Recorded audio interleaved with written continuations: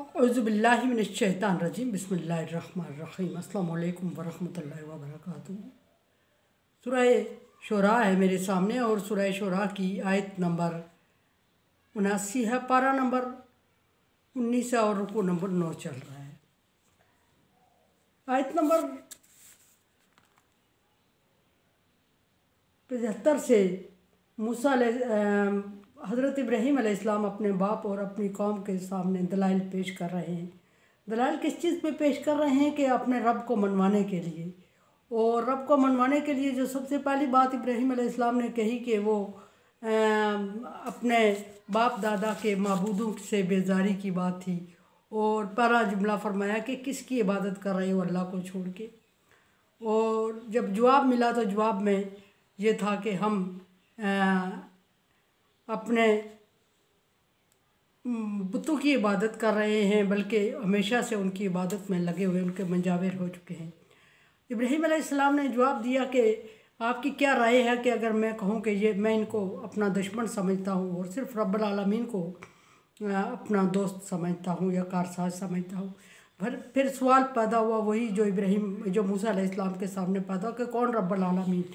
तो रब्बुल आलमीन का तारुफ मूसा अलैहिस्सलाम ने करवाया था, ज़मीन आसमान का रब, मशरिक़ और मगरब का रब, ज़मीन आसमान और मशरिक़ और मगरब के दरमियान पाई जाने वाली हर चीज़ का रब, मूसा और फ़िरौन का रब, सारी चीज़ों का रब तारफ़ करवाया मूसा अलैहिस्सलाम ने। अब देख इब्राहीम अलैहिस्सलाम ने जब रब तारफ़ करवाया तो इब्राहीम अलैहिस्सलाम ने फरमाया कि मेरा रब वो है जिसने मुझे नंबर 1 जिसने मुझे पैदा किया, नंबर 2 वो मुझे खिलाता है, नंबर 3 वो मुझे पिलाता है। ये इब्राहीम अलैहिस्सलाम के कल दलाइल चल चुके थे कि जिसने मुझे भूख में खिलाया, जिसने मुझे प्यास में पिलाया। और डेफिनेटली इब्राहीम अलैहिस्सलाम के बाप या इब्राहीम अलैहिस्सलाम के लोगों के कौम के सामने इसका कोई जवाब मौजूद नहीं था, इसका इनकार मौजूद नहीं था, क्योंकि उनके महबूद वो ख़ुद जानते थे कि ऐसा नहीं कर पा रहे हैं। वो खिला नहीं पा रहे किसी को, वो पिला नहीं पा रहे, वो पैदा नहीं कर पा रहे, वो अपने ऊपर से एक मच्छर को हटा नहीं पा रहे हैं।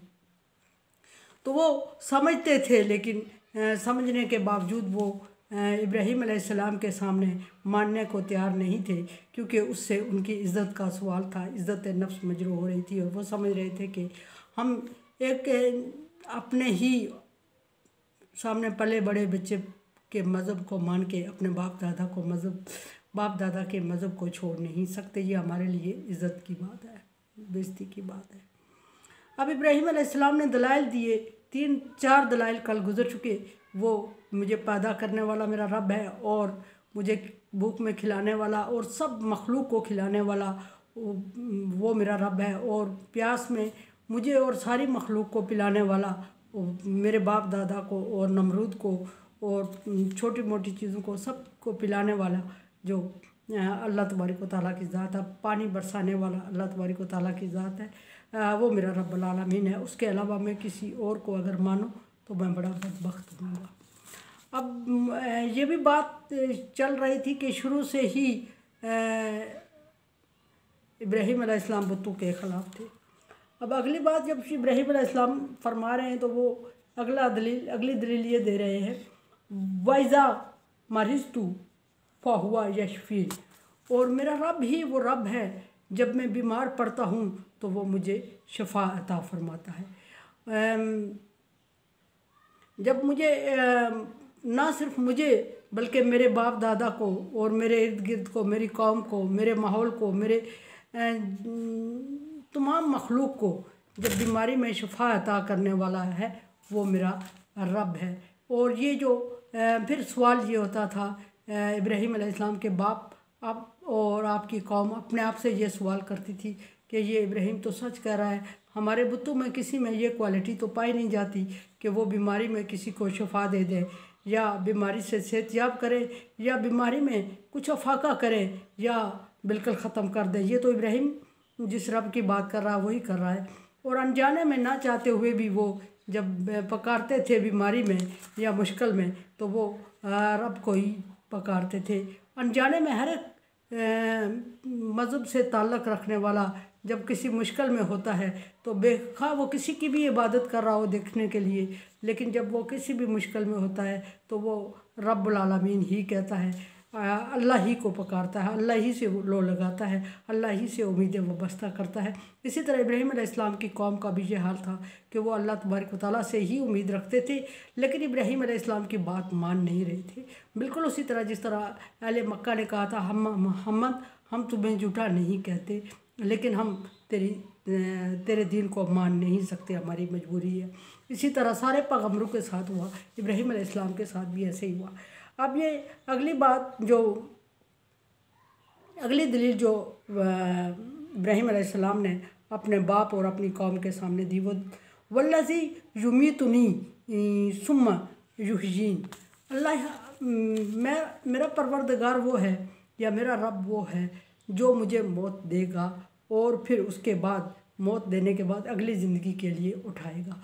अब यहाँ ये सवाल पैदा होता है कि मौत देगा और हर एक ज़ीरो चीज़ को मौत देगा, और कुछ मखलूक जो अशरफुल मखलूक हैं उसकी इंसान और फिर जिन, इनको मौत दे के अल्लाह तबारक व तआला दोबारा उठाने पर भी कादिर है।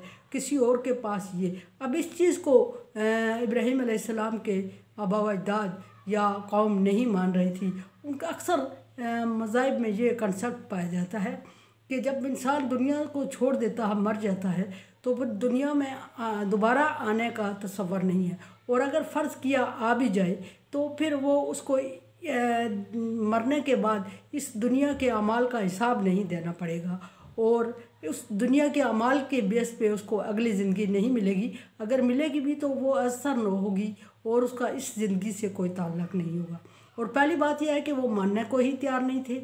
अक्सर लोग कुफ़ार मक्का का भी यही ख्याल था। सूरह यासीन में है कि ताज्जुब की बात है कि जब हम रेज़ा रेज़ा होके हवा में उड़ जाएंगे, पानी में तहलील हो जाएंगे, और उस वक्त हमें दोबारा कैसे उठाया जाएगा। जवाब देते हुए अल्लाह तबारक व तआला ने फरमाया कि जिसने अनशा वल मर्रा, जिसने पहली मरतबा पैदा किया, वो दोबारा पैदा करने पर कादिर है। एक सैंपल और नमूने के बगैर अगर उसने तमाम कायनात को तख्लीक कर दिया तो सैंपल और नमूना उसके सामने हो और दोबारा वो इंसान को या किसी भी ज़ीरो चीज़ को या किसी गैर ज़ीरो चीज़ को अगर वो चाहे तो पैदा करना उसके लिए क्या मुश्किल है। जहाँ भी फरमाया कि वो मुझे पैदा कर, अब इस पे ताज्जुब था उन लोगों के लिए। पहली बात यह है कि वो इस ज़िंदगी के ख़त्म होने का तसव्वुर उनके लिए महल था, क्योंकि वो ज़िंदगी में इतने खुब चुके थे, इतने पढ़ चुके थे कि वो इसको ही सारा कुछ समझ रहे थे। दूसरी बात ये थी कि फ़र्ज़ महल, अगर वो इस ज़िंदगी को ख़त्म करना या मरना, मौत का तसव्वुर कर भी लेते तो अगली ज़िंदगी, मौत का तसव्वुर कर भी लेते तो हिसाब किताब और अमाल का उनके यहाँ कोई कंसेप्ट नहीं था। और तीसरी बात ये थी कि अगर अमाल का कर भी लेते तसव्वुर तो ये सारी बातें कर लेते कि अगली ज़िंदगी होगी, उसमें अमाल का हिसाब होगा, अमाल के मुताबिक स्टेटस के दिए जाएंगे इंसान को, वो सारी चीज़ें मान भी लेते तो वो ये समझ रहे थे कि इस ज़िंदगी की बुनियाद पर अगली ज़िंदगी नहीं शुरू की जाएगी, इसमें जो कुछ हुआ ये यहाँ रह जाएगा, अगली अगर हुई भी तो वो अपने तौर पे होगी, इसका उससे कोई ताल्लुक़ नहीं है। इब्राहीम अलैहिस्सलाम ने ये फरमाया कि मेरा रब वो है जो मुझे मौत देगा और फिर मौत देने के बाद अगली ज़िंदगी में नए सिरे से उठाएगा, ज़िंदा करेगा। ये भी उनके लिए ताज्जुब की बात थी।